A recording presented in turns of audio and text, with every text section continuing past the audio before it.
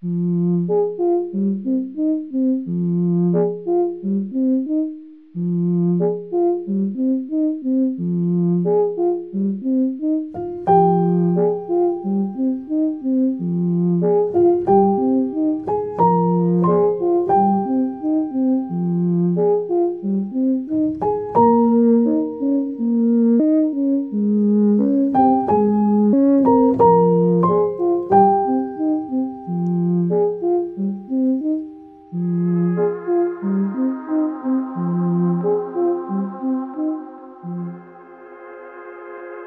is a statue called the Green Man, or I call it the Wool Man.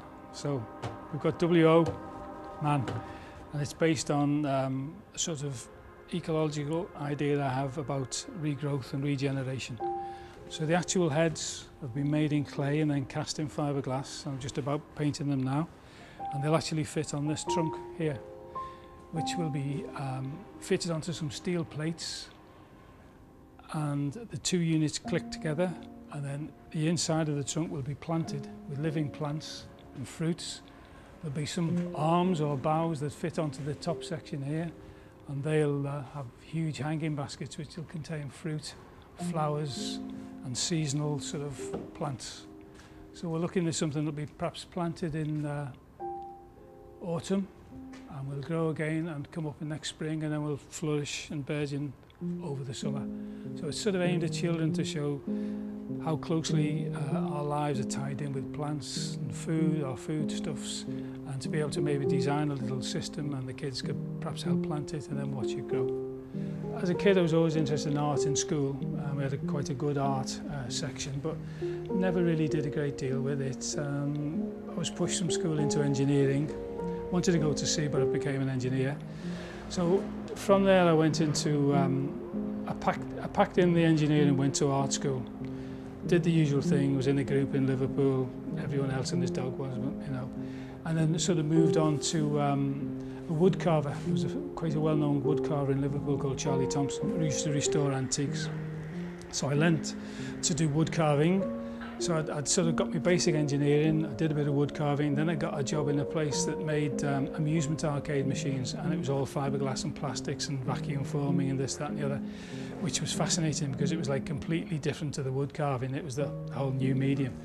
So all that sort of stuff in the background enables me to sort of think of something, come up with an idea, and then I can actually physically make it.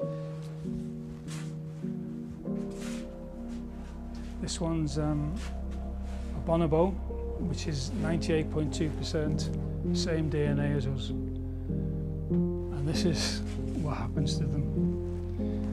They're being eaten at the moment as bushmeat, and we put them in zoos. We use them for testing on all sorts of cosmetics, and I don't know, how people feel about it, but I just feel there's more to the simple life that we see in the forest that now is sort of being wiped out. It's been used, and when it's gone, it's too late. And here we've got all the heads from the Tree of Life. I say there are 15. There are a lot more that we know about now because I keep finding more and more fossils. But basically, we've got modern people. He's 160,000 years old. We've got Heidelbergensis, Cro-Magnon. Now, I find that one of the problems today is people bring me designs to make because they don't get the training in art schools, which I think again is another symptom of our problem in art.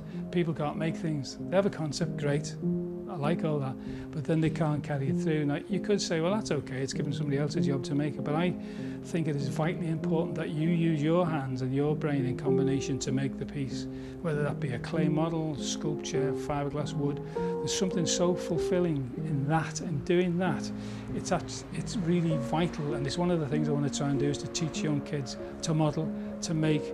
And when they're down and perhaps they haven't got a job, they can actually be in their bedroom, in the back garden, in the shed, making stuff for themselves and getting something from it, getting something from life and expressing themselves. I think it's vital, and I think that's what's missing in youth. Around here, Bootle, where I work, they end up on drugs, dealing in drugs or in trouble. And I just feel that there's more to life for them if you could just direct them a different way, and that's really what I'm about. That's what I want to do.